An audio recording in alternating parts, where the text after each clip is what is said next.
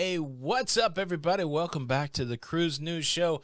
I'm your host, Tony, here with the latest cruise news. Well, what's up? Did you watch the election results all night last night? That's what we did at our house. I'm fascinated by the whole process. I think I watched 3 or 4 different channels, and my big takeaway is, man, some people can work that board better than others. Like, how many times do you think, like, one particular county was just tapped with a finger? Let's go back and see what to every channel they had a finger tapping guy. It's interesting. If somebody could travel from, like, say 100 years ago and just watch a dude in a suit, like, just tap a piece of glass for, I probably watched it for like 10 or 11 hours. How you doing? All right, so let's talk about cruise news. Did you realize that there's a new cruise ban in effect? Yeah, I thought we were over the cruise ban. The CDC got out of the way with the no-sail order. They replaced it with the very difficult conditional sailing order or framework for conditional sailing.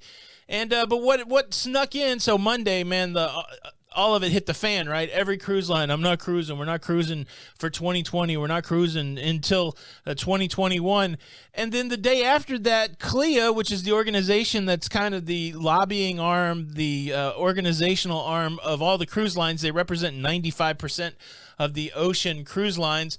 They came in and said, you know, our voluntary ban on sailing expired on October the 31st on Halloween. Well, we're putting it back in place. No sailing until the end of December. I can't figure it out. Like, if all the cruise lines already did that is it a solidarity move? In Royal Caribbean and Norwegian Cruise Lines Healthy Sail Panel recommendations, one of the things they said in there is we're not going to compete on safety.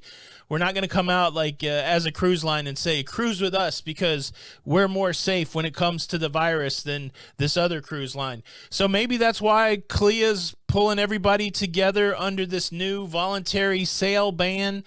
But, man, it seems like a lot of overhead. But to be fair, CLIA does have those relationships with the CDC. That's one of the vehicles the cruise lines use to work with the CDC. They work through CLIA, which is their industry representative.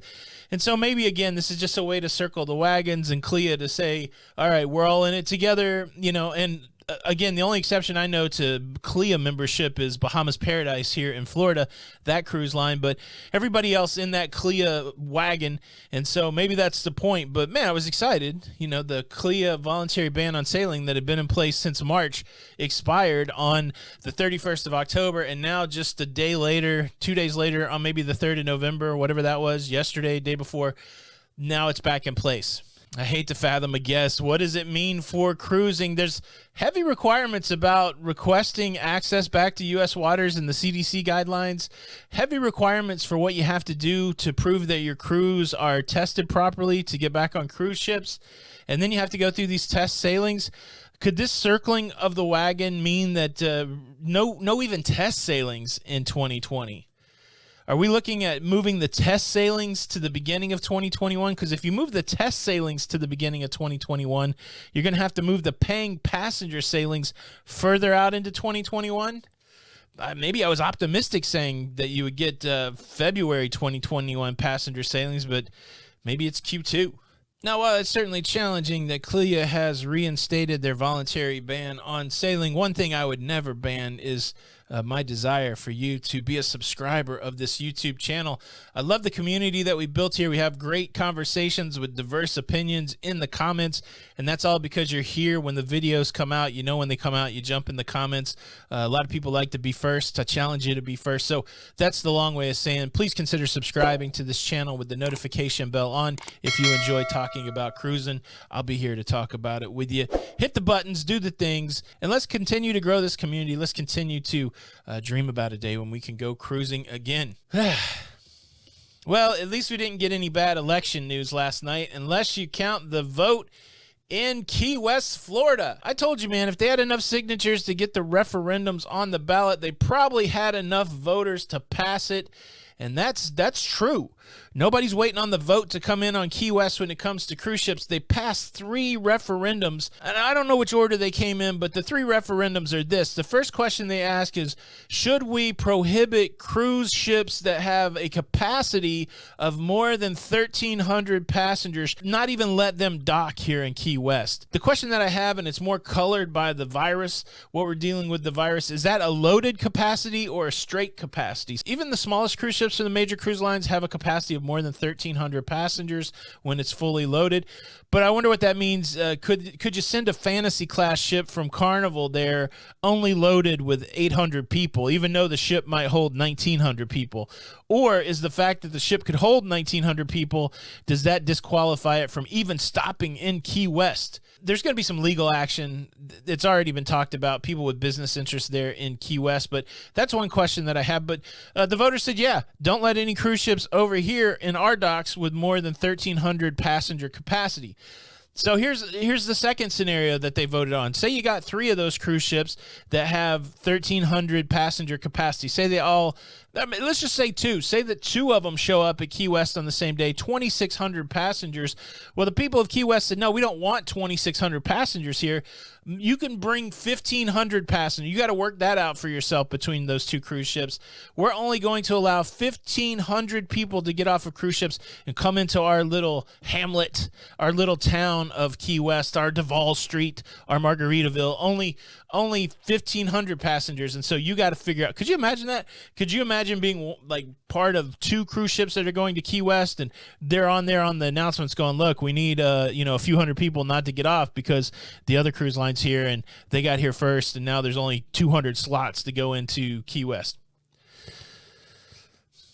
But the people of Key West voted that that's what the deal is. And then the third one's even more interesting. They're worried about the reefs. They're worried about the environment there in Key West. And they want to look at each cruise ship and determine who's got the best environmental record.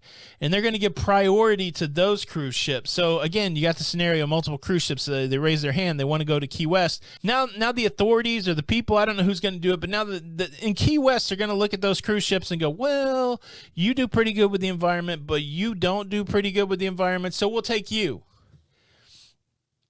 It's a crazy way to do business for sure. I think it would be untenable for the cruise lines because it would be too much complexity. I think at the end of the day, you just won't see Key West as a port of call.